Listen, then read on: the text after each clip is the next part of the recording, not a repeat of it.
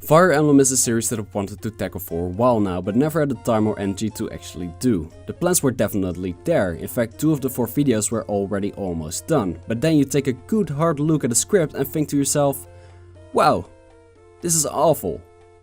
This is so awful. And I left it at that. Now that I'm finally more confident in my writing, I felt like it was time to pick up the subject again. However, instead of praising well-written units or gush about what makes Fire Emblem such a lovely franchise, we'll be looking at what is fundamentally the most important thing in these games. Map design. Sometimes it's good, sometimes it's not. As you will see in this list, there are multiple things that contribute to what makes a Fire Emblem map bad. Such include uninspired layout, enemies that can see you but you can't see them, and I don't know about you, but I'm really not all that fond of those ambush spawns. It's kind of a dick move really. Anyway, before we begin this list, some rules need to be made. Obviously, I will only pick maps from the Fire Emblem games I've played, except for Echoes because the maps from Echoes are not that great. Secondly, I'll only choose one map from each game to keep things more interesting. And lastly, there will be no DLC, Gaiden or final boss maps here. Trust me, it's better this way. Now that the preparations are made, let's deploy for battle. Despite Fire Emblem 6 being a fairly old game, it still holds great, if not some of the best Fire Emblem maps in the franchise. The maps usually have good enemy placement, interesting settings, multiple objectives, and also give you the ability to go through different paths, which not only helps for creating strategies, but also makes for great replayability. However, this begs the question, how did we go from these interesting maps to wide open fields where barely anything happens? I understand what they're going for here in chapter 18. The Cicadas are a nomadic tribe that live their lives on long stretched out plains and thus have to rely on horses to get from point A to B. In that sense, how the map looks and what kind of enemies appear on the map both make perfect sense. But having a map with so little on it, while previous chapters had so much going for them, well, it's a bit jarring, to say the least. Speaking of the enemies, dealing with the enemy nomads and nomad troopers sucks. With their highest stat being speed and skill, they aren't really capable of shooting any holes into anything but your low level units, but because of their high speed stat they aren't all that easy to hit or double, making them hard to take out. And with their huge movement of 8 and 9 tiles, it's best to just leave your squishies out of the fight. If you do that, then this fight becomes really easy. Too easy. Once you've taken care of the first wave of enemies, which you can easily do with your super overpowered dragon that you got this chapter, there isn't anything stopping you from gathering your troops, slaughter the boss and finish the level. Is what you would think, but unless you have a death wish, don't let your squishies near this circle. Once one of your units walks into there, the game starts randomly spawning nomads and nomad troopers out of the villages, which can also move and act on the same turn they spawn. This again forces you to leave your weaker units behind. But as someone who likes using underdog characters, you can probably understand how much it rubs me the wrong way when I can't play the way I like to play. Everything in this chapter encourages the usage of tanky units, from the large open space that prevents you from creating walls for your weaker units to stand behind, to the nomad troopers with their ridiculously large attack range. I never like it when a chapter forces that kind of playstyle onto you, and for that simple reason it's on the list.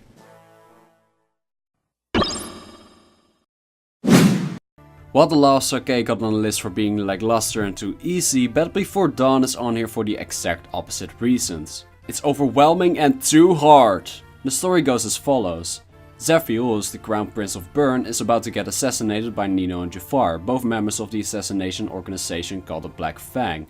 Nino is the one who should have done the job, but because she's never killed anyone before, and because moments before the assassination Zephyr holds a little monologue that hits right at home for Nino, she just can't kill the poor guy. After a nice bit of character development for both Nino and Jafar, Jafar's all like, screw this, I'm out of here. But there's one problem. Enter bitch, I mean Ursula. She not only demands the head of the Crown Prince, but also of Nino. It's here where we see a clash of ideals between Team Nino, Jafar and Team Ursula, and the internal struggles of the Black Fang become clear. Story-wise, this chapter is fantastic. There's character development, mood, setting, there's everything. So one might wonder, why is this map on the list? The thing is that while this map isn't even badly designed, in fact it's one of the better designed Fire Emblem maps out there, the sheer number of objectives this chapter has is unlike anything you've had so far. The main objective here is to prevent Zephyl from being assassinated, which on its own wouldn't be too much of a problem if you didn't start on the other side of the goddamn map. So you need to get to him ASAP, but there is Fog of War, which hide enemies from being seen by the player. On top of that, there's also Nino and Jafar.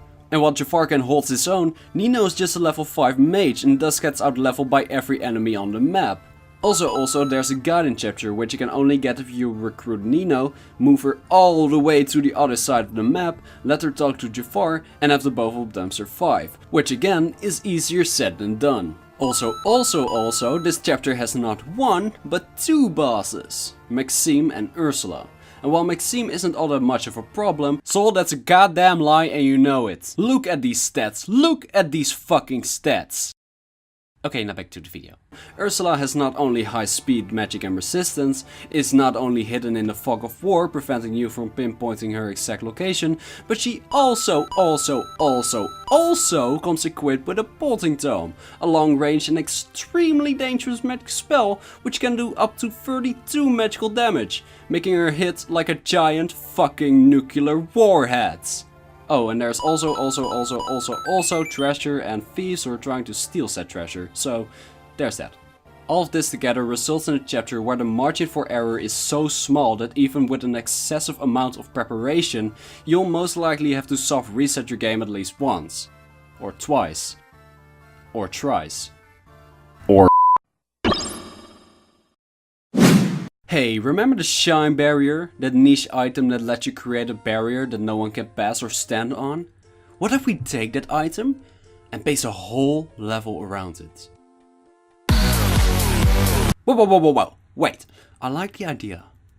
But we can go even better. How? Pitfalls.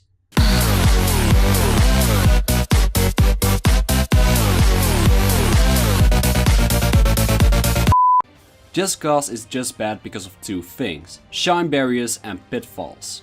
Combine the 2 on a map with a lot of choke points and not a lot of space and you get a map that's equally atrocious as it is slow. The main gimmick here is that throughout the map, pitfalls are set up by the enemy to prevent you from reaching the other side of the bridge. These pitfalls do what pitfalls are supposed to do. They trap everyone that's unlucky enough to walk over them and create a hole that not only immobilizes who stumbled into it, but is also impassable for any infantry or cavalry units. Good news, these pitfalls aren't everywhere, so there's a path which allows you to traverse the bridge safely.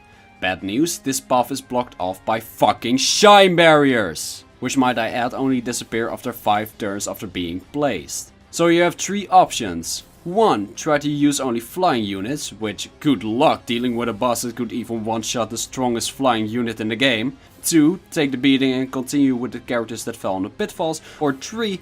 Rescue your strong units one by one with your flyers to drop them off to the other side. Actually no, there's a 4th option where you look up the location for all the pitfalls online, place your flying units on top of the pitfalls and let your grounded units traverse over the pitfalls, which is apparently possible because 2 units can be trapped on the same tile at the same time. Thank you game for explaining that. But honestly, if I have to go through the effort of searching up how to deal with a stupid gimmick that is only used once in the whole game, then there's something wrong with the map itself. Actually, this spot was preserved for Awakenings chapter 16 because how annoying the reinforcements in the chapter were. But after some re-evaluation, I came to the conclusion that I might have remembered it to be more painful than it actually was. So what is number 2 then?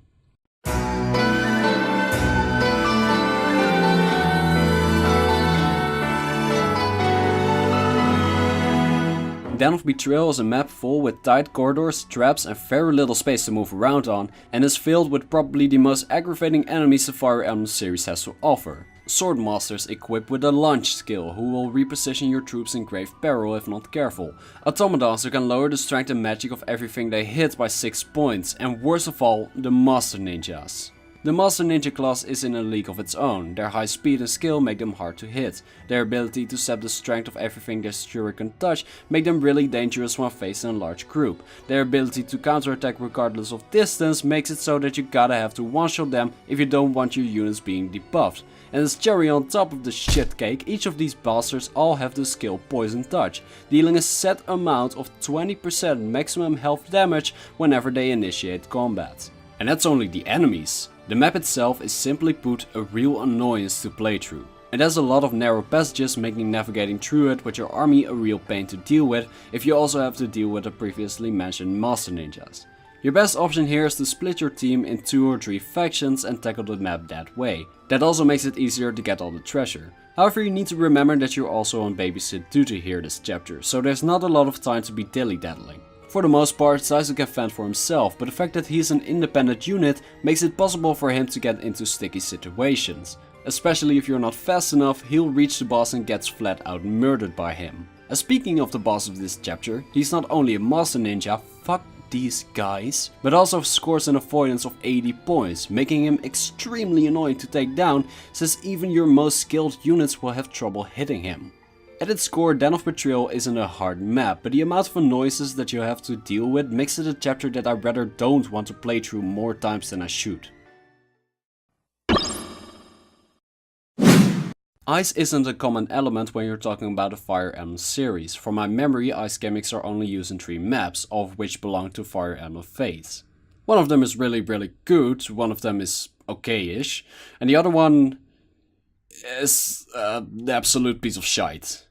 Digging through the snow, who doesn't like that? Oh sorry, what I actually want to say was I would rather stick pencils into my eyes. Fire Emblem Revelation gets a lot of flack for its over-reliance on gimmicks to make the maps more interesting, but from all of them, the ice mechanic from chapter 10, Voice of God, is probably the worst I've seen. Voice of God is a map that's covered in chunks of ice that you have to pave a way through in order to defeat the boss. Hit the ice and a portion of it will disappear. However, hidden in the blanket of ice are enemy troops that you can't see until you reveal them. Here comes the twist. You're limited to only using 6 units, so what you end up with is a chapter where turtling, the act of going through a chapter in a slow and methodical way, becomes the most effective strategy if you don't want your units to suffer a grim fate. Consequently, it also makes for the most boring gaming experience you could imagine. Break an area of ice, kill the enemies that are hidden and wait for your next turn, because now you don't have enough units to deal with the enemies if you were to break another ice block. You'll have to do this over and over and over until you kill the boss, going up to 29 turns in one of the first maps of the game, if you were to search every inch of this chapter. Okay, but if you don't like this map, then there's nothing stopping you from clearing a straight path to the boss, right? There's no need to search every inch. Well, to make this chapter more interesting, and I use that word ironically, all the enemies will hold droppable items, ranging from simple hand axes to rare stat boosting consumables that are worth 10,000 gold pieces per item if you would buy them normally. So obviously you would want all the items that are hidden in the map, but that's also the problem. You want all the hidden items in the map, forcing you to carefully search every last piece of snow in fear of missing out on those yummy stat boosting items. Or, you know, you can look it up online, but you already know what I think about that. With all of this, I can't even see Voice of God as a proper Fire Emblem level. It's more like one of those bonus levels where candy is thrown in your face like it's fucking Halloween. And while some people might like that, for me it takes away from everything a good Fire Emblem map should be. Where's the excitement? Where's the satisfaction upon outsmarting the map? Where's the challenge? The possibility to craft nifty strategies? The creative map design we're used to from Fire Emblem games? All we have here is a giant uninspired block with a stupid gimmick and candy to make up for it, making it my least favorite map in all of Fire Emblem.